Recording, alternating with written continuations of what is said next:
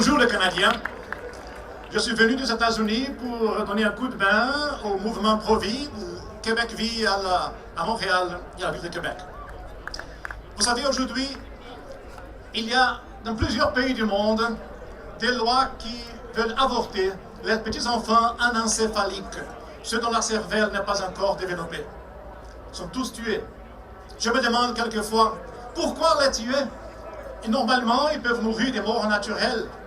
Aujourd'hui, il y a beaucoup de monde qui n'ont pas la cervelle complète et qui vivent une longue vie.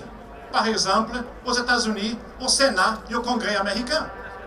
Il y a beaucoup de politiciens qui ne sont pas capables de reconnaître les valeurs de la vie humaine.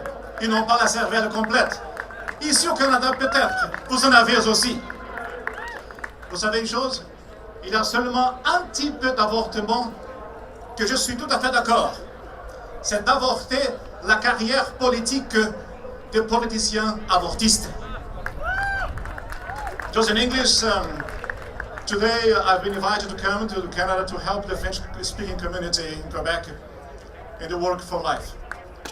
I'd like to suggest, I've seen in many countries of the world, these babies who are developing in their mother's womb with half a brain, and they are killed systematically.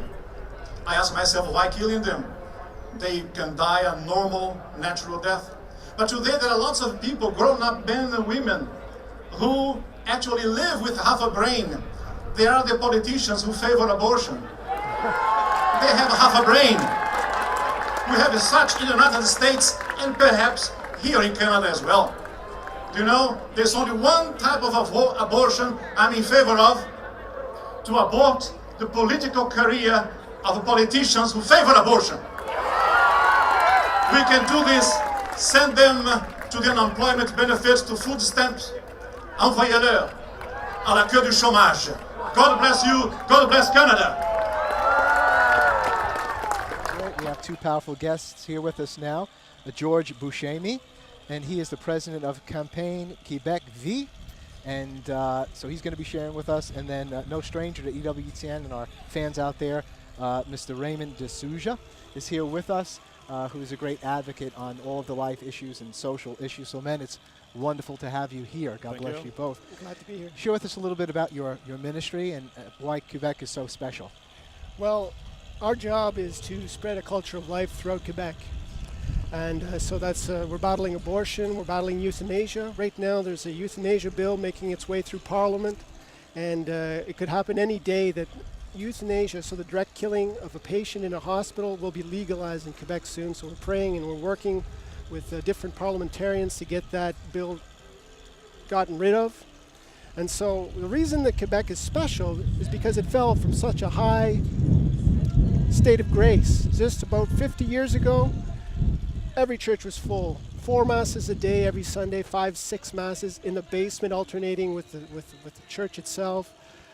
80–90% of the population was Catholic and church going. And then the floor just fell, just a hole just formed and everybody just fell into the pit. Within 2, 3, 4 years, it just went right to the reverse. And now we have a situation where like 5% are maybe mass goers, and it's a culture of death now. And so that's a tragedy, and we're trying to reverse that trend. Raymond, what's your assessment, your evaluation of what George was sharing with us? How could something like this take place over 50, 60 years? How did this happen? What can we learn from it? How do we come back? To some extent, I had a personal experience, because about 30 years ago I moved from Brazil, my country of birth, to Montreal. And here in Canada I learned French and English. And I became involved in a number of apostolates there in Montreal. It was a time when theology of liberation was flourishing in Latin America and was also invading the province of Quebec. The days of the Prime Minister was René Lévesque. It had a whole group of Jesuit priests were promoting steadfastly liberation theology, the infiltration of Marxism. I remember distinctly, for example, one day there was a show of solidarity with the peoples of the Third World, which I attended, run by the Communist, Marxist, Leninist League of Canada. Gives an idea of what they're up to. That meeting took place in the basement of a Catholic parish. The liberalism towards communism, towards a classless society, as though it were the kingdom of God on earth. I noticed that in the mid-70s, I was here as a young man, and I could see there was a kind of a process of decadence. And when most Catholics began to realize that social issues took precedence over spiritual ones, then gradually the faith kind of evaporated. And as I come back from time to time to Quebec, with George, we work together with Quebec V, and I give a talk in some parishes, and I can see that there's a gradual decadence. What to do about this? In my understanding of it, I work in the States in the Diocese of Winona in Minnesota, and I run a ministry to promote devotion to the Sacred Heart of Jesus. Quebec was excellent, had a devotion on the Sacred Heart of Jesus, to see Jesus Christ as the King of society. Christ the King, not only the King of my heart or my home or my parish. So the promotion of devotion to the Sacred Heart of Jesus tend to make people rediscover that our Lord Jesus Christ must be the King of society. Spiritually speaking, the prayer and the study and action. The prayer of the Sacred Heart of Jesus, devotion to St. Michael the Archangel, study. I promote steadfastly in the States where I live, Catholic apologetics, the defense of the faith. Unfortunately, in the last 30, 40 years, very little apologetics has been promoted in parishes in Quebec. Very little, if any. I'm trying to be charitable. So in my trips that I come here, we try to promote initiatives to encourage Catholics to learn the mind of Jesus Christ as the Church teaches, as the Magisterium of the Church has taught us. And we can, by hope and praying, also involves a lot of sacrifice of time and money to act in the counterculture.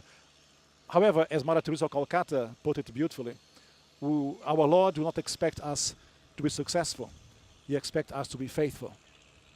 Therefore, we encourage people, be faithful to your calling in life, to your ministry. And as St. Joan of Arc would say, soldiers will fight, but God gives the victory.